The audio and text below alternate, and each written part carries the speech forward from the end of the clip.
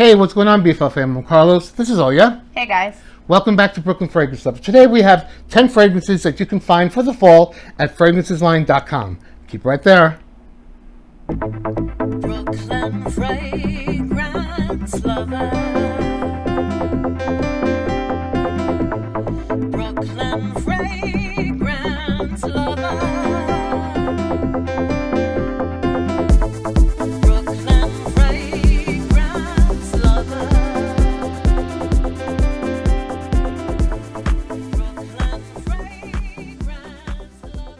Thanks so much for tuning in today. As always, we really do appreciate it and hope that you're all doing fantastic.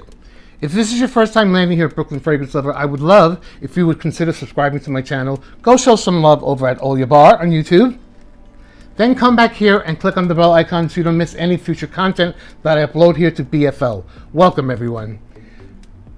Another video for Fragrances Line. Another one. It's the fall version this time. I'm really excited because we have some good picks for you.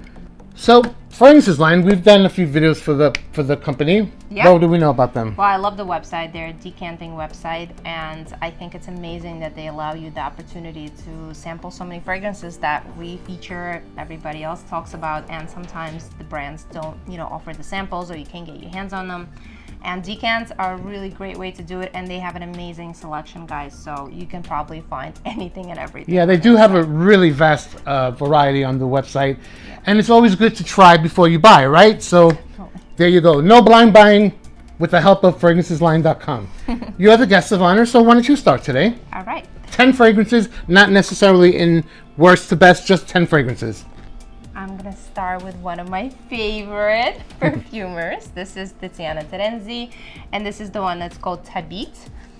Oh, I love this fragrance. This is peach and cotton candy and vanilla. I mean, this is coconut. This is like green opening. But you know what I gotta say? With all those notes that I just mentioned, it's not cloying. So this is awesome. It has like this freshness.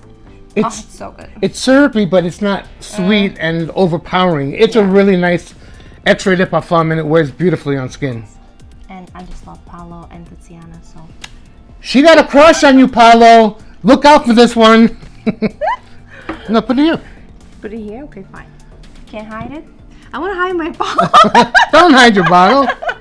Next up, one of my favorites that you guys know for sure is from Nishane Istanbul. This is called Ani, composed by Cecile Zarokian. It's a great vanilla that's just so warm and sexy, and I just love it, and it's perfect for the colder months.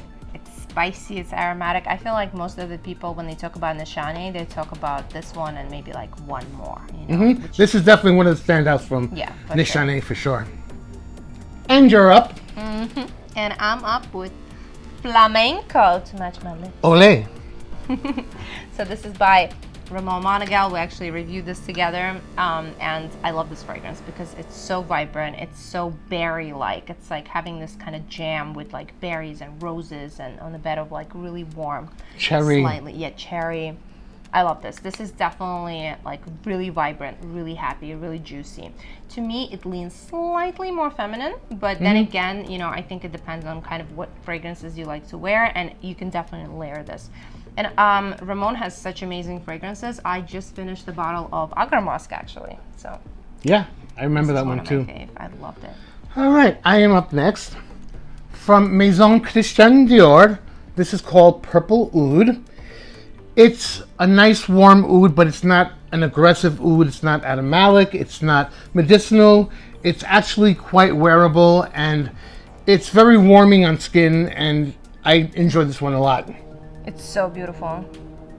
This is really beautiful. It's so smooth, It's one of those fragrances that I feel like will just silky and velvety, right? Velvety, and it will go through the years and still be relevant, like 5-10 years from now on. I am next. Oh, there we go. All right, sorry. You are next. I'm next. Go for it, girlfriend. Santal blush, because I'm blushing. I love this fragrance. I have this probably since 2013 or 14, my bottle, and I just love how it opens up with almost like a little bit of that carroty feel, which is sometimes associated with, like, sandalwood or sometimes iris. Iris, Rudy Iris. Yeah. And then it just goes into the creamiest, smoothest, beautiful sandalwood that just kind of just warms you up and hugs you and says, it's gonna be okay. For me, that one's rather spicy on my skin. But not on me, because you know. Not culinary spicy, but it's definitely has a spicy, kind of a little almost tingly heat about it. It does. It has like a little bite there somewhere. Yeah. But for me, my skin just kind of mellows it out. So for you, it's Because you cream everything, I know. Up next, I don't have a full bottle. I only have a travel atomizer. This one is from Frederic Malle. It's called Musc Ravageur. It was composed by, I know this. He did the whole Chalony line. Maurice Roussel. I was just like, I know it's like starts with an M, and I'm like, Maurice Roussel, yes? Yes. Yes. So this is a very nutmeggy and spicy, musky fragrance. Probably one of the best, I feel, from the Frederic Malle collection. 100%. It's been around for quite some time and it's still endured through all the years. A lot of people love this one. And it was a Fragranceslime darling back in the OG days. That was before it was reformulated, because it used to be so much dirtier. Remember, it was Yeah. like it's just like a dirty bomb. I think it mellowed out, but to be honest with you, I love it. I have it in the body oil, and I wear it at night, and I Cool. find it very sensual. You have several Frederic Malle body oils, I think, right? Une Rose. I have the Portrait of a Lady. Oh, and love that of one. course, I have it in Eau de Parfum as well. You know. All right. Okay, I'm up. And I'm up with a Roses Berberanza. by Spray it, please. Lancome. It's so beautiful. Do you want me to spray you? No, I have something on, but spray it in the air. now you're all going to smell like I think that. I literally sprayed all Ah. the bottles. It's so jammy. Oh my God. It's so jammy. It's jammy, but at the same time, it has Wow. this like darkness underneath. It's gorgeous. This fragrance is probably one of the best ones from the Lancome collection. Mm-hmm. And I love this one. It's super long lasting. This is a can fragrance tell. that kind of morphs into a darker, like almost like an oudy base. So I love this one. You know Oud Bouquet from this Yeah, line? we reviewed it together. Yeah. The Oud Bouquet. What didn't we review I together? know, we if it saw wasn't it. you, it was Steven, right? Or Tiff Benson. So true. Yeah. I'm up next, and we have another Tiziana. Rarely do we put two from a brand, but they deserve it. Why not? This one's called Arrakis, and this one is a tobacco fragrance. Mm-hmm. It's quite dense and thick. Paolo has a unique DNA that, like, I can tell his work. Oh yeah, you can definitely. There's like a common, just like a lush and full. Yeah, there's like that signature. Exactly, it's lush. It's always very vibrant. It's very juicy. All his fragrances have that in their DNA, and you can maybe there's like a certain notes composition that he uses together, but I can't quite figure out what it is. But it's definitely a style that's uniquely Paolo's. I also kind of want to mention that to me, so this has osmanthus, and it's interesting because osmanthus smells. Remember, I kept talking Apricot. about apricot. I was like, oh, it smells like apricot. It smells like apricot, and it's osmanthus that gives that facet. So I think it like lifts the tobacco. So it's not one of those like super sweet Yeah. and thick tobacco. It's kind of like a little bit more vibrant because of it. I love it. Another thing to point out about Paolo is that he uses a ton of notes. Yeah. Like it's sometimes like a page worth of true, notes yeah. in his compositions, and I don't know how he does it, but he makes it seem so effortless and smooth, you know? Well, he's a master. We all know that. All right, I am up next. No, I am up next. All right, I just talked. Hog the show, Carlos. Hog your own show. I'm up next, and I'm up next with something that many of you know, and many of you love, and many of you have in your collection. And if you don't, add it to your collection. This is okay, here we go. Le du dessert de Marocain, isn't it? Le du desert Marocain. Marocain. I butchered it like I did it so many times. But this is by Andy Tower, and this is number 02, just in case my pronunciation didn't do it for you. This was one of the first niche fragrances that I purchased. Yeah.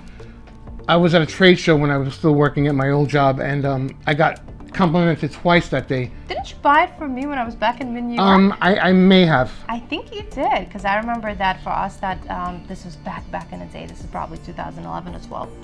A little fun fact about this fragrance is that what catapulted this fragrance was the guy, Luca Turin, Yeah. praised this and gave yeah. it like 1 million stars, Oh and yeah. ever since then it just blew up. This definitely is did. a modern classic for sure. Oh, your bottle was actually signed, except like there was, Yeah. you know, it came off. But wow, you have like a signed one. This is very special. I used I to do. have, and you picked up. You have his incense rose. I remember Mm-hmm. you loved that one too. I love his work. I think Andy is a genius because he's one of the first like indie self-taught perfumers. Mm-hmm. He's an artist, and if you were to pick up one fragrance from that collection, this is definitely it. And lastly, we have from Kajal. This is Kajal Own. This was composed by Chris Carbonell.